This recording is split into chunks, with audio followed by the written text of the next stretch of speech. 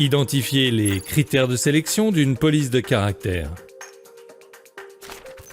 Depuis le début du 19e siècle, le nombre de polices de caractère a augmenté de façon remarquable. Ce processus s'est accéléré depuis l'apparition des caractères numériques. Pour s'y retrouver face à cette inflation, des méthodes ont été mises au point pour distinguer les polices de caractère et pour établir des regroupements entre elles. Des typographes ont ainsi élaboré des classifications typographiques. Il en existe de nombreuses qui obéissent à de multiples critères de classement. Par exemple, VP Victor Michel a proposé une classification sentimentale subjective, classant les polices en fonction des sentiments qu'elles génèrent. Elle n'est pratiquement pas utilisée, mais elle illustre bien l'effet que peut avoir une police de caractère sur l'apprenant. C'est le typographe parisien Francis Thibaudeau qui a conçu le premier système de classification des polices de caractère en 1921. Ce système est loin de recouvrir toute la variété des polices de caractères actuelles, mais il est à l'origine historique d'autres classifications utilisées aujourd'hui et il a le mérite d'être simple. De fait, la classification Thibaudeau ne retient qu'un seul critère pour différencier les polices de caractère, la forme des empattements. Vous savez, les petites ornementations situées aux extrémités des caractères. Problème, beaucoup des polices de caractère utilisées aujourd'hui n'entrent dans aucune case de cette classification. Pour cette raison, la classification la plus répandue et partagée actuellement est la classification internationale Vox A type I.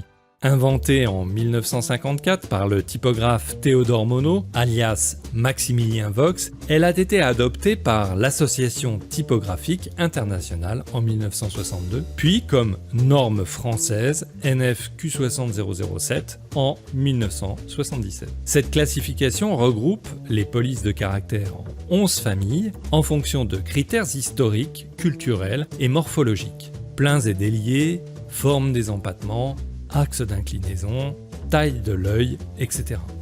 Les 11 familles sont elles-mêmes réparties en 4 groupes.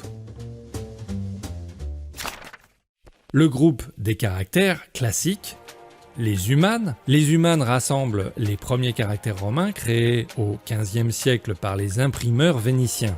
Ces polices plutôt rondes sont caractérisées par des empattements courts et épais, un faible contraste entre pleins et déliés, la traverse du E oblique. Les Garaldes. Ce groupe est appelé ainsi en hommage à Claude Garamond et Alde Manucci au XVIe siècle.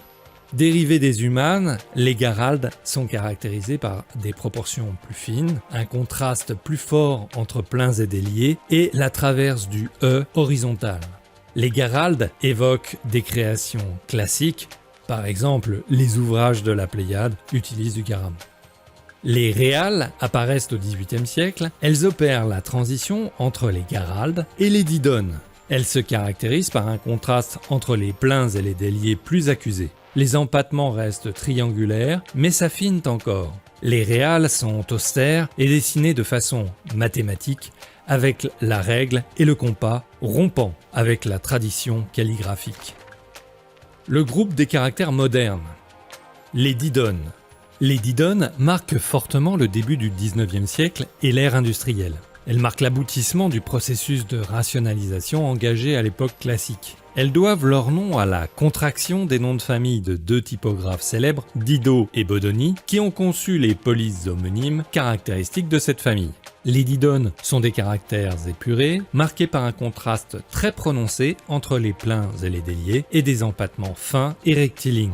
Les didones s'imposent en France de 1810 aux années 1950 au détriment des Garaldes et représentent l'industrie, la bourgeoisie et l'empire. Les mécanes. Les mécanes sont caractéristiques du XIXe siècle et de la révolution industrielle.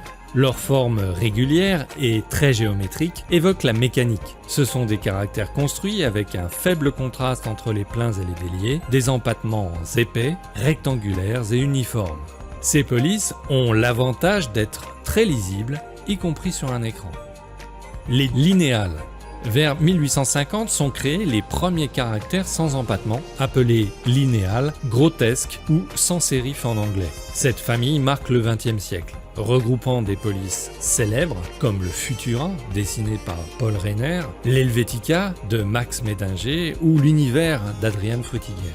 Celui-ci crée également le Frutiger, classé comme l'un des meilleurs caractères du genre en termes de lisibilité-visibilité. Le groupe des caractères d'inspiration calligraphique, les incises. Les incises tiennent leur nom de la parenté entre leur forme et celle de caractères gravés dans la pierre ou le métal. Leurs empattements sont petits et triangulaires, rappelant la marque du burin, ce qui les situe entre les garaldes et les linéales. Son côté gravé dans la pierre apporte un sentiment de socle, de base solide, ce qui en fait une typographie masculine dans son usage. Les scripts.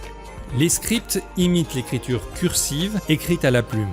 Non le dessin comme les manuaires, non la taille gravée comme les incises, mais reprennent le mouvement de la main qui écrit. Les manuaires.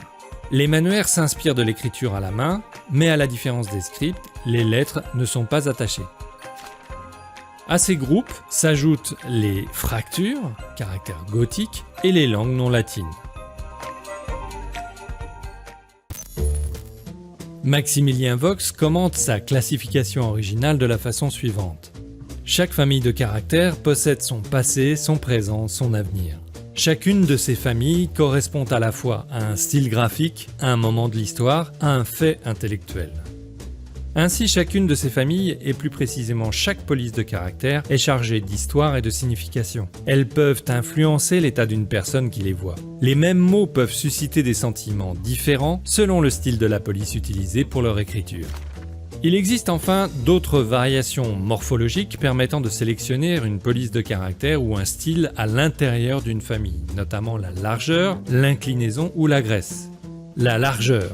On voit par exemple ici que le Heading Now propose une grande déclinaison de largeur depuis des styles très condensés jusqu'à des styles très larges. L'utilisation d'un caractère condensé est pratique pour l'écriture de gros volumes de titres longs ou de gros volumes de texte, mais il faut alors rester vigilant sur la lisibilité. L'inclinaison, elle désigne les caractères romains ou italiques. On dit aussi oblique pour certaines polices de caractères. Cette variation ne devrait pas être utilisée en digital learning car l'italique est peu lisible à l'écran d'une façon générale. La graisse, c'est l'épaisseur du trait d'un caractère, du plus maigre au plus gras. Ici, Heading Now propose du thin, du light, du book, du regular, du medium, du bold, de l'extra bold et du heavy. Ici aussi, attention, un style gras n'est pas du tout équivalent en termes de qualité qu'un style regular, graissé avec la fonction gras proposée par un logiciel bureautique. Les dessins des caractères romains et italiques sont refaits dans toutes les graisses et les inclinaisons pour assurer la meilleure lisibilité possible de la police dans tous les corps, soit dans toutes les tailles de caractères. 2 points à retenir. Il existe de nombreux critères pour sélectionner une police de caractère adaptée à votre contexte de formation et à vos apprenants. Le dessin d'une police de caractère crée du sens et provoque un effet chez l'apprenant.